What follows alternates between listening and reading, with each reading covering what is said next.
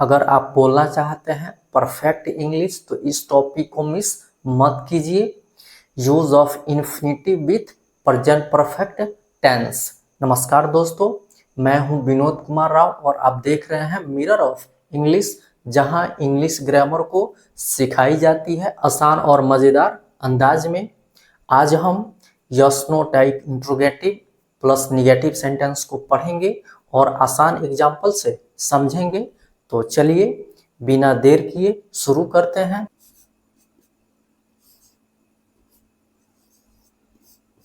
Yes no type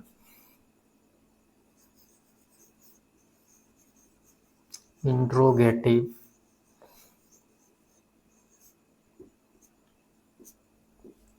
plus negative sentence.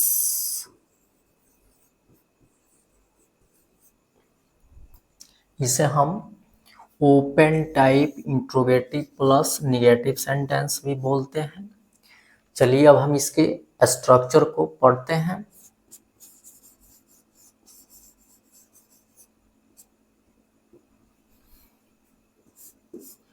Has, have plus subject plus note plus V3 plus object plus infinitive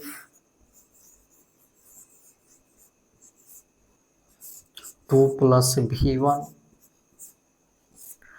plus object plus note of interrogation. इसका एक और structure होता है जिसमें note जो होता है हैज हैव के बाद शिफ्ट हो जाता है। तो चलिए हम उसे भी देख लेते हैं। Has, have plus note plus subject plus V3 plus object plus infinitive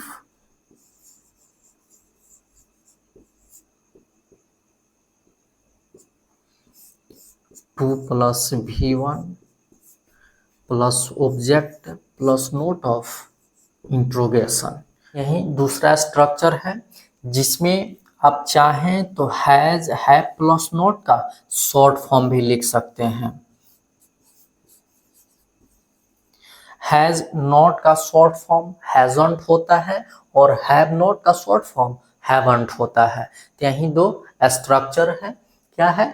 has, have plus subject plus not plus V3 plus object plus infinitive two plus V1 plus object plus note of interrogation. ये object जो है ये main verb का है और ये object infinitive two plus V1 का है। ठीक है। इसका दूसरा स्ट्रक्चर क्या है? Has, have plus not plus subject plus V3 plus object plus infinitive two plus V1 plus object plus note of interrogation. यहाँ पे ये ऑब्जेक्ट जो है मेन वर्ब का है और ये ऑब्जेक्ट इन्फिनेटिव का है। इसमें आप चाहें तो हैज, हैव प्लस नॉट का शॉर्ट फॉर्म भी लिख सकते हैं और फुल फॉर्म भी लिख सकते हैं। चलिए ये सब हम एग्जाम्पल से समझते हैं।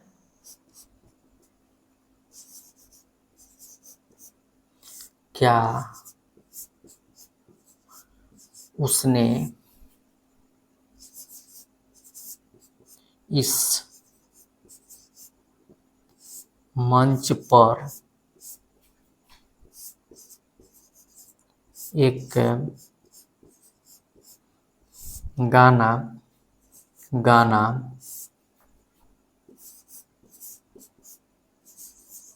पसंद नहीं की है?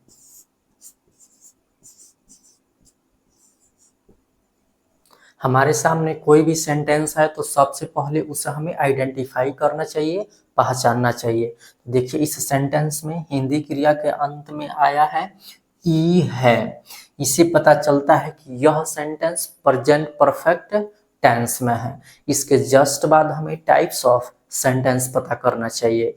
तो देखिए यह सेंटेंस क्या से भी शुरू हुआ है और इसमें निगेटिव वर्ड नहीं भी आया हुआ है, तो इससे पता चलता है कि यह sentence yes no type interrogative plus negative sentence है। जैसे ये पता चले, इसका जो भी स्ट्रक्चर होता है हमें याद आ जाना चाहिए। क्या है structure? Has have plus subject plus not plus V3 plus object plus infinitive two plus V1 plus object plus note of interrogation. इसका एक और स्ट्रक्चर होता है जिसमें नॉट हैज हैव के बाद शिफ्ट हो जाता है। तो क्या होता है? Has have plus not plus subject plus V3 plus object plus infinitive two plus V1 plus object plus note of interrogation. चाहें तो हैज हैव प्लस नॉट का शॉर्ट फॉर्म भी लिख सकते हैं या फुल फॉर्म भी लिख सकते हैं। चलिए इस सब हम ट्रांसलेट करते हैं। तो सबसे पहले हमें यहाँ पे हैज या हैव का प्रयोग करना है। तो हम खुद से ना हैज का प्रयोग कर सकते हैं और ना ही हैव का प्रयोग कर सकते हैं। इसके लिए हमें सब्जेक्ट चाहिए। सब्जेक्ट ही बताता है कि यहाँ पे हैज का प्रयोग होगा या हैव का प्रयोग होगा। तो यहाँ पे सब्जेक्ट है उसने। उसने का सी होगा जो थर्ड पर्सन सिंगुलर नंबर होता है, और हम जानते हैं कि सिंगुलर सब्जेक्ट के साथ सिंगुलर वर्ब का प्रयोग होता है। तो हैज जो होता है ये सिंगुलर होता है जिसका प्रयोग subject he, she, it and singular number के साथ होता है। तो यहाँ पे हो जाएगा हैज,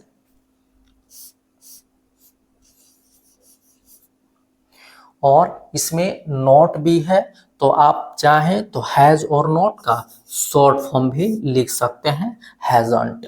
उसके बाद सब्जेक्ट, सब्जेक्ट क्या है? उसने, उसने का हो जाएगा सी। उसके बाद V3 मुख्य क्रिया, तो जिस हिंदी क्रिया के अंत में या है, ई है, ए है, चुका है, चुकी है, चुके हैं लगा होता है, वही मुख्य क्रिया होता है। तो इस सेंटेंस में पसंद की है मुख्य क्रिया है। पसंद करना का होता है लाइक, जो वर्ब का बेसिक फॉर्म होता है जिसे हम वर्ब का फर्स्ट रूप में बोलते हैं, लेकिन हमें यहाँ पे वर्ब का थर्ड फॉर्म चाहिए। तो लाइक का जो तीसरा रूप होता है ये लाइक्ड होता है, तो हो जाएगा लाइक्ड।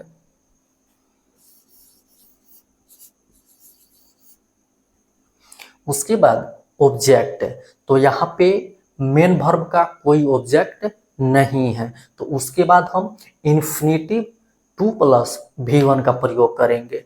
तो जिस हिंदी क्रिया के अंत में ना, ने, नी लगा होता है उसी का अनुवाद हम इन्फिनेटिव में करते हैं। तो देखिए यहाँ पे गाना के अंत में ना आया है, तो इसी का अनुवाद हम इन्फिनेटिव टू प्लस V1 के साथ करेंगे। तो हो जाएगा टू। गाना का हो जाएगा सिंग, जो वर्ब का बेसिक फॉर्म होता है जिसे हम वर्ब का फर्स्ट रूप भी बोलते हैं, तो हो जाएगा सिंग। उसके बाद ऑब्जेक्ट, तो गाना का प्रभाव कहाँ पे पड़ रहा है? एक गाना, यहाँ पे ये गाना जो है ये नाउन है। ये कैसे पता चलेगा? तो इसके पहले एक लगा हुआ है, इससे भी आप पहचान सकते हैं। तो हो जाएगा अ सॉन्ग। उसके बाद इस मंच पर का होगा ऑन दिस स्टेज, और अंत में नोट ऑफ इंट्रोगेशन, क्योंकि ये yes no type interrogative sentence है। इंट्रोगेटिव चाहे यस नो टाइप हो या WS टाइप हो, उसके अंत में हमें नोट ऑफ इंट्रोगेशन का प्रयोग करना चाहिए, नहीं तो सेंटेंस इनकम्प्लीट हो जाता है, इनकरेक्ट हो जाता है। अगर आपको ऐसे ही आसान और मज़ेदार अनुवाद सीखना है तो इस चैनल को सब्सक्राइब कीजिए, बेल आइकन को प्रेस कीजिए ताकि सभी लेक्चर्स का नोटिफिकेशन आपको मिलते रहें। तो चलिए इसे हम कुछ और एग्जाम्पल से समझते हैं। Have we not tried to pass the examination.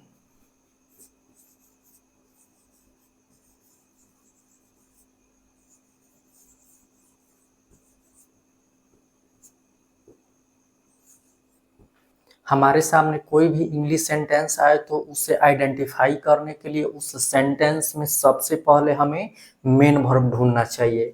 देखिए इस सेंटेंस में मेन वर्ब ट्राइड है, जो ट्राई का तीसरा रूप है। वर्ब का तीसरा रूप का प्रयोग किसी भी टेंस के परफेक्ट में होता है। तो यहाँ से तो ये पता चल गया कि ये सेंटेंस परफेक्ट में है, लेकिन ये नहीं पता चला कि किस टेंस के ये परफेक्ट में है। प्रेजेंट के परफेक्ट में है, पास्ट के परफेक्ट में है या फ्यूचर के परफेक्ट में है। तो किसी भी टेंस का परफेक्ट जब होता है तो उसमें एक हेल्पिंग वर्ब जरूर होता है, जो हमें बताता है कि वह किस टेंस में है। तो इस टेंस में हेल्पिंग वर्ब हैव है, जो प्रेजेंट टेंस प्लूरल होता है। तो इससे ये पता चल गया कि यह सेंटेंस प्रेजेंट परफेक्ट टेंस में है। इसके जस्ट बाद हमें टाइप्स ऑफ सेंटेंस पता करना चाहिए।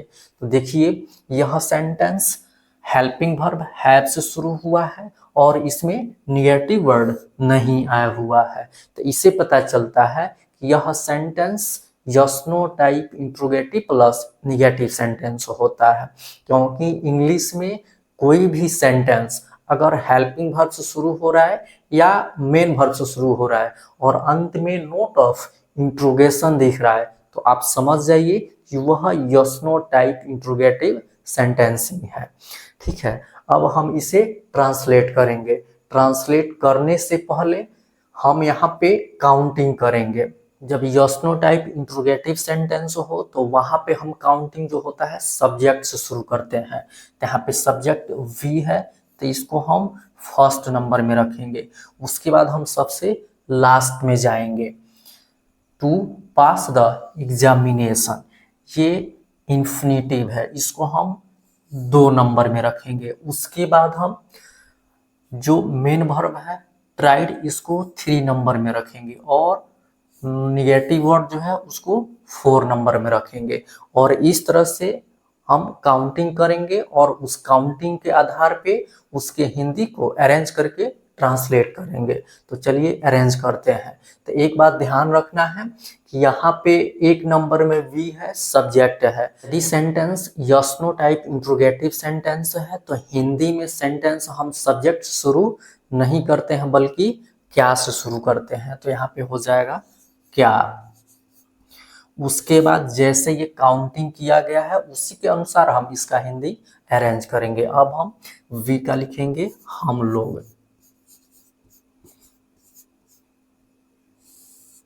उसके बाद 2 नंबर में है टू पास द एग्जामिनेशन, परीक्षा पास करने की। परीक्षा पास करने की।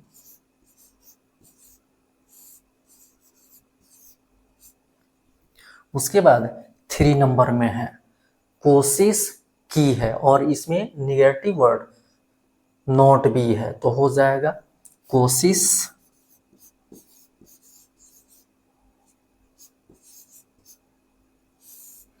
नहीं की है। और अंत में नोट ऑफ इंट्रोगेशन, क्योंकि ये yes no type interrogative sentence है। इस तरह से हम किसी भी इंग्लिश सेंटेंस को आसानी से पहचान लेते हैं और फिर हम उसमें काउंटिंग करके उस काउंटिंग के आधार पे हिंदी अरेंज करके उसका हिंदी ट्रांसलेट कर लेते हैं। चलिए इसे हम एक और एग्जांपल से समझते हैं। क्या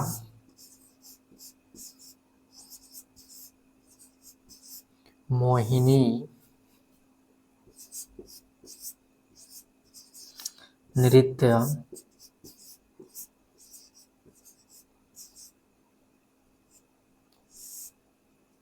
सीखने यहाँ नहीं आई है?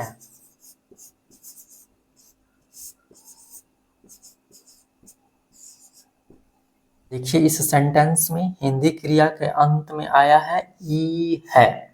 इससे पता चलता है कि यह सेंटेंस प्रेजेंट परफेक्ट टेंस में है। इसके जस्ट बाद हमें टाइप्स ऑफ सेंटेंस पता करना चाहिए। तो देखिए यह सेंटेंस क्या से भी शुरू हुआ है और इसमें निगेटिव वर्ड नहीं भी आया हुआ है। तो इससे पता चलता है कि यह sentence yes no type interrogative plus negative है। जैसे ये पता चले इसका जो भी स्ट्रक्चर है हमें याद आ जाना चाहिए। क्या है structure? Has have plus subject plus note plus V3 plus object plus infinitive 2 plus V1 plus object plus note of interrogation. इसका एक और स्ट्रक्चर होता है जिसमें नोट जो होता है हैज हैव के बाद शिफ्ट हो जाता है। आप चाहें तो हैज हैव प्लस नोट का शॉर्ट फॉर्म भी लिख सकते हैं या फुल फॉर्म भी लिख सकते हैं। तो चलिए इसे हम ट्रांसलेट करते हैं। तो यहाँ पे सबसे पहले हमें हैज या हैव का प्रयोग करना है। तो हम खुद से ना हैज का प्रयोग कर सकते हैं और ना ही हैव का प्रयोग कर सकते हैं। इसके लिए हमें सब्जेक्ट चाहिए। सब्जेक्ट ही बताता है कि यहाँ पे हैज का प्रयोग होगा या हैव का प्रयोग होगा। तो सब्जेक्ट यहाँ पे मोहिनी है जो थर्ड पर्सन सिंगुलर नंबर है और हम जानते हैं कि सिंगुलर सब्जेक्ट के साथ सिंगुलर वर्ब का प्रयोग होता है।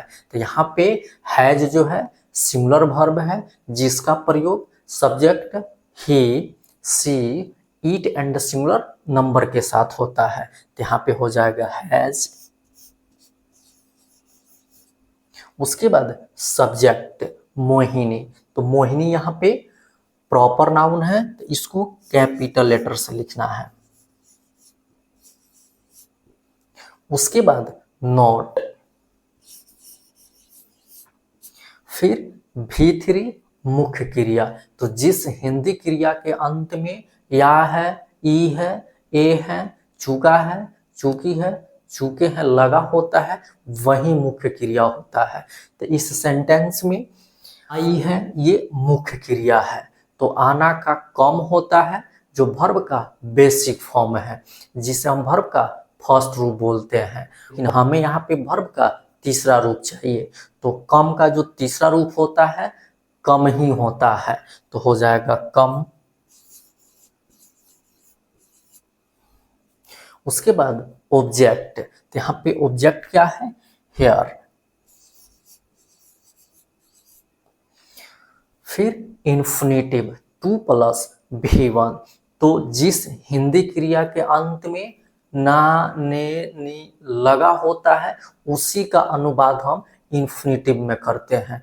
तो यहाँ पे सीखने के अंत में ने लगा हुआ है तो यहाँ पे सीखना का ही अनुवाद हमें इन्फिनिटिव 2 प्लस V1 के साथ करना है। तो हो जाएगा 2। सीखना का होगा लर्न जो वर्ब का बेसिक फॉर्म होता है जिसे हम वर्ब का फर्स्ट रूप भी बोलते हैं। तो हो जाएगा लर्न। उसके बाद ऑब्जेक्ट। तो सीखना का प्रभाव नृत्य पे पड़ रहा है तो नृत्य ही ऑब्जेक्ट होगा इन्फिनिटिव का। तो हो जाएगा डांस। और अंत में नोट ऑफ इंट्रोगेशन क्योंकि ये yes no type interrogative sentence है। इंट्रोगेटिव चाहे यस नो टाइप हो या WS टाइप हो उसके अंत में हमें नोट ऑफ इंट्रोगेशन का प्रयोग करना चाहिए नहीं तो सेंटेंस इनकम्प्लीट हो जाता है, इनकरेक्ट हो जाता है। तो आज यहीं तक रहने देते हैं। नेक्स्ट लेक्चर में हम WS टाइप इंट्रोगेटिव सेंटेंस को पढ़ेंगे और ऐसे ही आसान और मज़ेदार एग्जाम्पल से समझेंगे। अगर लेक्चर आपको अच्छा लगा हो तो शेयर कीजिए, लाइक कीजिए, चैनल को सब्सक्राइब कीजिए, बेल आइकन को प्रेस कीजिए ताकि सभी लेक्चर्स का नोटिफिकेशन आपको मिलते रहें। हमारे साथ बने रहने के लिए आप सभी को बहुत बहुत धन्यवाद। Okay, thanks.